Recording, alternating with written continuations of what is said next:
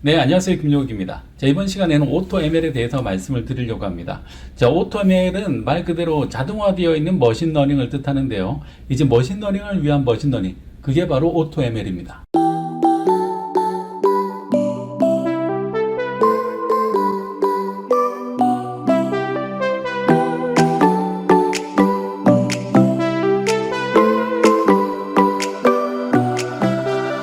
자, 오토ML이라는 개념이 나오기 시작한 건 비교적 최근의 개념입니다. 보통 우리가 머신러닝을 해가는 과정이 뭔가를 증명해가는 과정이죠. 증명한다는 게 계속 트라이 해보고 알고리즘도 바꿔보고 파라미터도 바꿔보고 데이터도 좀 더 수정해보고 이러면서 점점 문제 해결에 근접해가는 과정을 얘기하는데, 어떻게 보면 이것도 굉장히 기계적인 과정이라고 할 수가 있겠죠. 이런 기계적인 과정이라면 역시 기계가 더 잘할 수 있지 않을까, 이렇게 해서 나온 게 바로 오토ML입니다. 자, 오토ML 같은 경우에는 최근에 보면 그 추세 자체가 하나의 서비스로 예쁘게 잘 정리돼서 나오기 시작했습니다. 자, 작년까지만 해도 오토ML을 쓰기 위해서는 이런 스크립트 기반의 어떤 서비스를 사용을 해왔다면, 이제 올해가 되면서 이게 점점 더 예뻐지게, 그래서 UI를 이용을 해서 데이터만 집어넣고 사람들이 옵션만 조정해도 될 수 있을 만큼 굉장히 쉬워지고, 그리고 또 인터페이스도 간결해진 게 그 특징이라고 할 수가 있겠습니다. 자, 머신러닝을 하기 위해서는 사람들이 굉장히 많은 과정을 거치게 돼 있어요. 데이터를 준비하고 이 데이터가 정말로 맞는지 검증도 해야 되고요. 다음에 또 데이터를 중간에 또 전처리도 해야 되고, 또 필요하다면 이 데이터를 필요한 만큼 스플릿하고 알고리즘을 선택을 하고 모델을 만들어 보고 결과를 테스트하고, 이런 일련의 과정들을 전부 다 사람이 해야만 된다는 거죠. 자, 그런데 이런 부분에 있어서 요즘 얘기하고 있는 이 오토ML이라고 하는 이런 기술들을 사용하게 되면 이 전체 과정에서 이만큼의 부분이 바로 오토ML이 알아서 처리해주는 그런 부분이라고 할 수가 있겠습니다. 자, 이건 굉장히 혁신적인, 그리고 굉장히 쉬워지는 그런 부분이라고 할 수가 있는데, 이 오토ML이라고 하는 부분이 이름은 조금씩 다르겠지만 뭐 마이크로소프트에도 있고요, 그 다음에 구글에도 있고 AWS에서도 비슷한 서비스가 있습니다. 자, 이 안에서 보면 데이터 전처리가 사실 보면 시간이 굉장히 많이 걸리는 부분이죠. 그래서 데이터 전처리를 위한 몇 가지 방법들, 그리고 알고리즘들이 있는데, 여기 보면 일반적인 전처리, 그리고 어드밴스드 전처리, 이런 것들을 하기 위한 알고리즘들이 내부에 내장되어 있습니다. 그래서 기본적으로 돌려보면 굉장히 쉽게, 그리고 정말로 이래도 되나 싶을 정도로 쉽게 전처리도 하고, 네, 머신러닝도 돌려봅니다. 보통 테스트 셋이 있으면 이 테스트 셋을 알고리즘으로 돌려보고 그 결과를 보는 게 일반적인 현상인데, 자, 보시는 바와 같이 여러 알고리즘들을 돌려봐서 거기에서 최상의 모델이 뭐냐, 이걸 바로 오토ML이 찾아냅니다. 자, 오토ML이 사용되는 각종 알고리즘들은 뭐 사이클런이나 아니면 또 그 이외의 다른 알고리즘들이 준비가 되어 있습니다. 그래서 이런 것들을 이용을 해서 빠르게 돌려보는데, 자, 알고리즘만 중요한 게 아니라 알고리즘에 있는 그 파라미터들도 굉장히 중요하겠죠. 그래서 그 파라미터들도 보시는 바와 같이 여러 가지 파라미터들을 적용을 해가면서 네, 바로 사용을 하고 있습니다.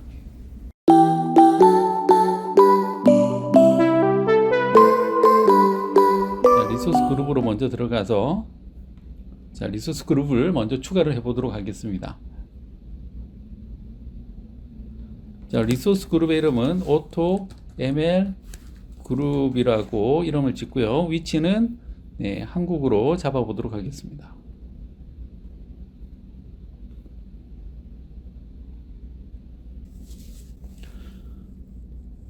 자, 리소스 그룹이 생성되고 나면 여기에 바로 머신러닝 리소스를 생성을 해보도록 하겠습니다. 자, 이렇게 해서 검색해서 머신러닝이라고 검색을 해보시면 바로 이렇게 기계학습이 나타나고요. 여기에서 바로 만들기를 눌러서 만들어 보면 될 것 같습니다. 자, 여기서 이름을 오토ML이라고 지어보고요. 리소스 그룹은 오토ML 그룹, 우리가 만들었던. 자, 위치는 보면, 자, 어디에서 만들까요? 대한민국 중부가 있네요. 대한민국 중부를 선택을 하고, 다음에 워크스페이스 에디션이 있는데, 워크스페이스 에디션에서 보면 베이직과 엔터프라이즈가 있습니다. 자, 우리가 오토ML을 사용하기 위해서는 엔터프라이즈 에디션이 필요하기 때문에 엔터프라이즈를 선택을 하고 바로 리뷰를 하고 네, 만들어 보도록 하겠습니다. 자, 옵션을 다 선택하고 나면 자연스럽게 배포가 진행되는 것을 보실 수가 있습니다. 자, 배포가 끝나면 바로 리소스로 이동을 해서 오토ML 이라고 우리가 만들어 놓은 이 머신러닝의 서비스가 생성이 되어 있는 것을 바로 확인할 수가 있습니다. 자, 그러면 여기에서 바로 우리가 AutoML을 사용하기 위해서는 어떤 식으로 사용을 하게 되냐면 방금처럼 포탈에서 머신러닝을 위한 워크스페이스를 만들어 놓고요. 다음에 이 워크스페이스에 있는 기능들을 사용하기 위해서는 별도의 사이트로 접속을 해야 됩니다. 자, 별도의 사이트의 이름은 mlazure.com이라고 하는 사이트로 접속을 하시면 됩니다. 자, 지금 보면 Azure Machine Learning Studio 프리뷰라고 되어 있는데, 자, 이렇게 접속을 했습니다. 자, 몇 가지 사용할 수 있는 방법들이 나와 있어요. 노트북을 열어서 하나하나 우리가 파이썬으로 코딩을 하고 그 리소스를 사용할 수 있는 그런 방법, 그리고 디자이너 베이스에서 우리가 드래그 앤 드랍으로 사용할 수 있는 방법, 그리고 오늘의 주제인 오토메이티드 ML이 바로 AutoML을 사용할 수 있는 방법입니다. 자, 여기 옆에서도 우리가 메뉴를 찾을 수가 있고요. 옆에서 오토메이티드 ML을 선택을 해서 이제 새로운 걸 한번 만들어 보도록 하겠습니다. 자, New Automated ML Learning을 선택을 한 다음에, 자, 여기서 데이터셋을 먼저 선택을 할 수 있게끔 되어 있습니다. 자, 데이터셋을 선택을 할 때는 일단 로컬 파일에서 가지고 올 텐데, 자, 일반적인 로컬 파일에서 가지고 올 수 있는 데이터는, 자, 일단 CSV 형태로 되어 있는 데이터를 가지고 오겠습니다. 자, 파일의 이름 체킹이 됐고요. 다음에 데이터셋 타입, 그리고 간단한 설명을 달아줄 수 있는데 일단 비워놓고 바로 넥스트를 누르게 되면 바로 업로드가 진행이 되면서 데이터셋에 대한 검증이 이루어지게 됩니다. 자, 기본적으로 파일 포맷은 콤마 타입으로 이렇게 구별되어 있는 CSV 포맷이라는 걸 바로 인식을 하고 있고요. 안에 들어있는 데이터들도 바로 이렇게 보이는 걸 볼 수가 있습니다. 이 데이터는 되게 유명한 그 타이타닉 데이터예요. 그래서 타이타닉호에서 뭐 나이가 몇 살이고 내가 몇 번 어떤 선실에 있는지에 따라서 생존율 이런 것들을 계산해 보는 그런 샘플입니다. 자, 여기서 바로 넥스트를 눌러서 보면, 자, 각각의 칼럼에 대해서 우리가 어떤 칼럼을 선택을 할 것이냐를 여기서 바로 보실 수가 있습니다. 자, 일단은 그 사람의 승무원, 승객 번호 이런 것들은 중요한 의미가 없기 때문에 바로 이렇게 체크를 빼버리시게 되면 무시하고 바로 학습에 들어가게끔 되어 있고요. 다음에 생존율 중요하죠. 그 다음에 선실 등급, 이것도 생존에 굉장히 중요한 역할을 할 겁니다. 자, 이름은 아마 생존하고는 상관이 없을 거예요. 디카프리오가 재수가 없어서 죽은 건 아니죠. 자, 그 다음에 보면 성별, 여자 승무원들은 먼저 태웠잖아요. 그래서 대체로 여자 승무원들은 생존율이 높았습니다. 자, 나이도 중요하겠죠. 자, 나머지 몇 가지 이슈들이 있긴 한데 일단은 다 빼고 다 제외를 시키고 일단 간단하게 한번 돌려보도록 하겠습니다. 자, 이렇게 하면 일단은 우리가 기준으로 삼을 건 생존율, 그리고 선실 등급, 그리고 성별, 나이 요 정도만 가지고 일단은 샘플은 샘플이니까 간단하게 한번 돌려보겠습니다. 자, 이렇게 하면 기본적인 데이터셋에 대한 생성이 완료가 됩니다. 자, 데이터셋을 먼저 선택을 하고 넥스트를 누르게 되면, 자, 이제 실험을 생성을 할 겁니다. 자, 이때까지 데이터셋을 생성을 했다면 이제 실험을 생성을 하는 과정인데, 자, 실험의 이름은 타이타닉이라고 일단은 실험의 이름을 지정을 했고요. 자, 그 다음에 우리가 알고 싶은 건 생존율이죠. 그래서 서바이벌들을 선택을 했습니다. 자, 그 다음에 트레이닝을 할 때 어떤 것들을 우리가 사용을 할 거냐인데, 여기서 이제 가상 머신을 바로 생성을 하게끔 되어 있습니다. 물론 비싸고 좋은 걸 만들면 돈이 많이 나오겠지만 성능은 좋을 겁니다. 자, 여기에서 우리가 선택할 수 있는 메모리, 그리고 CPU 코어 수 이런 것들을 바로 선택을 할 수가 있고요. 아래쪽으로 내려가면 좀 더 복잡한 GPU를 사용할 수 있는 그런 코어들도 선택을 할 수가 있겠습니다. 자, 일단은 저는 기본적인 코어를 한번 선택을 해 볼게요.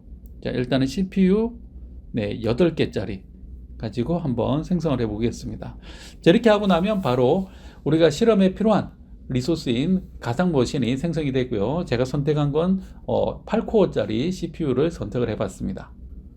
자, 8코어짜리 이제 가상 머신이 타이타닉 VM이라는 이름으로 생성이 됐고요. 여기서 넥스트를 누르게 되면, 자, 이제 우리가 알고 싶은 게 뭘까에 따라서 알고리즘의 분류가 달라지는 거죠. 지금은 우리가 알고 싶은 게 죽느냐 사느냐 둘 중 하나이기 때문에 알고리즘 분류상으로 보면 클래시피케이션이 맞을 것 같은데 기본적으로 이렇게 지정이 돼 있어요. 자, 그리고 나서 여기 보면 밑에 보면 어떤 수치적인 포캐스팅, 수치적인 예측, 하고 싶다라고 하면 리그리션에 좀 더 가깝겠고요. 그다음에 시간에 따른 어떤 변화를 보고 싶다라고 하면 여기에는 포캐스팅이 좀 더 맞는 선택이 될 겁니다. 자, 밑에 딥러닝이 옵션으로 되어 있는데 이 부분은 지금 사용하지 않고 바로 피니시를 눌러보겠습니다.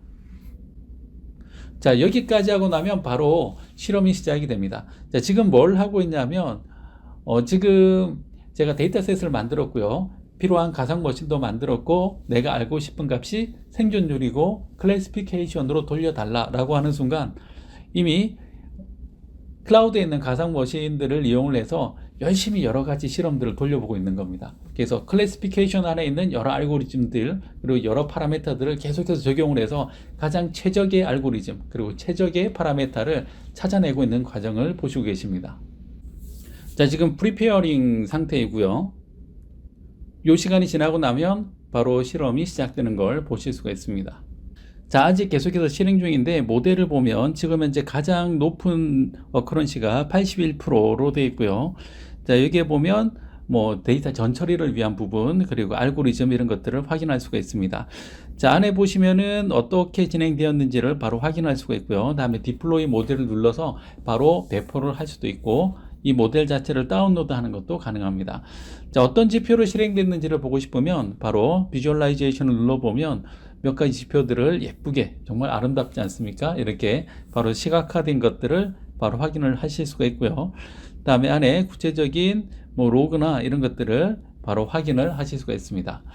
자, 이 AutoML 서비스 같은 경우에는 모든 것을 자동화 시켜준다는 점에서 굉장히 편리하고 무엇보다 자동화되어 있는 이 머신러닝 서비스를 이용을 하는 방법을 조금만 익히시게 되면 머신러닝이라는 이 기법 자체가 일반적인 개발자들 그리고 현업 사용자들 중에서도 조금 더 열의가 있는 사람들이 바로 사용할 수 있는 그런 수준까지 대중화하는데 굉장히 큰 역할을 할 걸로 기대됩니다.